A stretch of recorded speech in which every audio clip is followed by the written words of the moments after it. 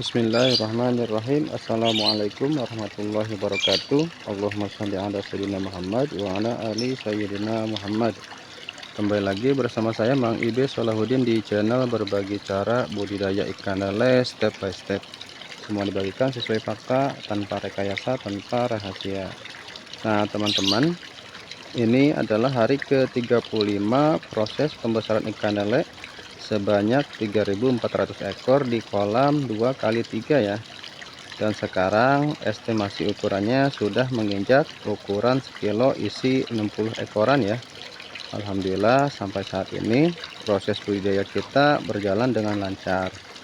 Nah teman-teman, untuk hari ini pakan yang akan kita berikan itu sebanyak 1.574 gram ya. Persentase pakannya masih kita berikan sebanyak 6%. Nah, teman-teman bisa lihat ya pakan yang saya siapkan. Jika teman-teman amati dari hari-hari sebelumnya, terus ada penambahan ya dari jumlah pakan yang saya berikan. Nah, langsung saja kita kasih makan. Nanti setelah kita kasih makan, kita sambil buang endapan kotorannya, saya akan membagikan informasi terkait prinsip kerja sistem kocor ya. Mudah-mudahan buat teman-teman pemula, seumpama punya sumber air yang bagus dan besar, teman-teman bisa praktikkan sendiri ya. Nah sekarang kita kasih makan dulu.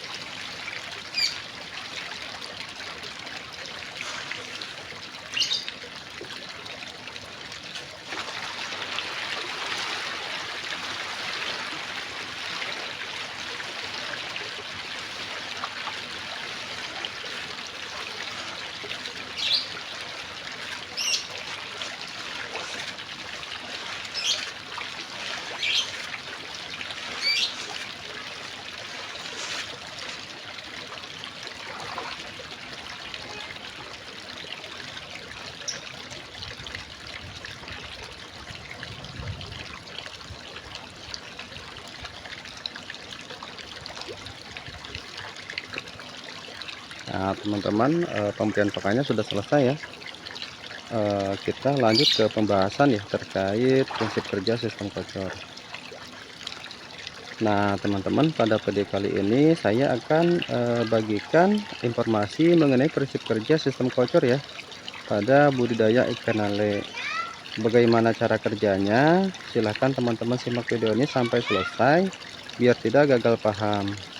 Nah teman-teman, perlu teman-teman ketahui kenapa saya menggunakan sistem kocor ya.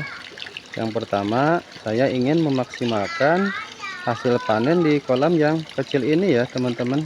Target panennya antara 3 kintal sampai 4 kintal per kolam. Artinya kalau saya ingin panen 3 kintal sampai 4 kintal per kolam, maka bibit yang harus saya masukkan atau saya tebar itu sebanyak 3.000 sampai 4.000 ekor per kolam.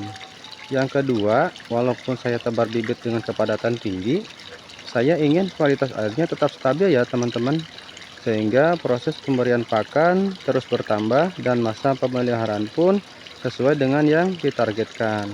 Nah, apa saja yang perlu dipersiapkan jika kita mau menggunakan sistem kocor?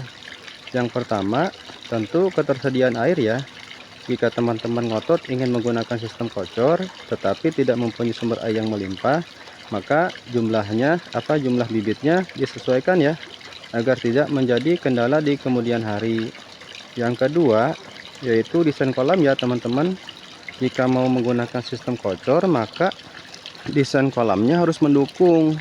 Karena apa? Karena jika desain kolamnya asal-asalan, maka akan susah membuat air itu stabil. Tujuannya apa? Tujuannya agar debit air yang kita masukkan ke kolam itu efektif untuk membuang endapan kotoran di dasar kolam. Yang ketiga, pengaturan pakan ya teman-teman. Jika teman-teman bertanya, kenapa pakan harus diatur juga? Karena memang pengaturan pakan ini tidak bisa seenaknya ya teman-teman. Mau sistem apapun, pengaturan pakan itu sangat perlu dilakukan. Nah, bagaimana prinsip kerja sistem kocor ini berjalan? Jadi menurut saya, sistem kocor ini mempunyai dua fungsi ya. Yang pertama, yaitu untuk mendorong kotoran yang ada di dasar kolam. Dan yang kedua, yaitu sebagai sumber penghasil oksigen ya teman-teman. Lalu bagaimana cara kotoran itu bisa terbuang? Nah, kalau masalah ini ada kaitannya dengan pengaturan pemberian pakan ya teman-teman. Jadi diusahakan jika kita memberi makan di jam 7 pagi misalkan ya. Nah, jam 4 atau jam 5 itu ikannya sudah mulai lapar lagi ya. Sehingga ada waktu sekitar 3 jam untuk menggeser kotoran yang ada di pinggir kolam. Nah, perlu teman-teman ketahui bahwa pergeseran kotoran yang ada di dasar kolam itu, khususnya yang ada di pinggir-pinggir kolam itu disebabkan oleh pergerakan ikan itu sendiri ya teman-teman. Karena biasanya kalau ikan lele yang sedang lapar itu pasti pergerakannya lebih aktif. Selain dari pergerakan ikan, pembuangan kotoran di dasar kolam itu disebabkan karena adanya putaran air ya teman-teman. Jika teman-teman ingin membuktikan bahwa kotoran akan bergeser ke pembuangan, coba saja teman-teman masukkan air ke wadah, kemudian masukkan pasir atau apapun yang sifatnya tenggelam ya, kemudian teman-teman putar airnya, maka nanti pasir-pasir itu akan bergeser ke tengah atau berkumpul ke tengah ya. Nah, untuk pembuktiannya nanti saya praktekkan ya di wadah baskom atau wadah yang lainnya. Nanti bisa teman-teman lihat bagaimana proses kotoran itu berkumpul ke tengah. Nah, begitupun dengan sistem kocor ya. Maka diusahakan kocorannya itu kita pasang di pinggir kolam, dan pancaran dari kocoran itu sedikit kita majukan ke depan. Tujuannya yaitu untuk membuat air kolam itu sedikit berputar. Nah, contohnya seperti ini teman-teman nih. Nah, seperti itu. Nah, untuk prinsip kerja sistem kocor pada budidaya ikan lele sekian dulu ya teman-teman. Mudah-mudahan bermanfaat, khususnya buat pemula ya. Jangan lupa bantu subscribe. Wassalamualaikum warahmatullahi wabarakatuh.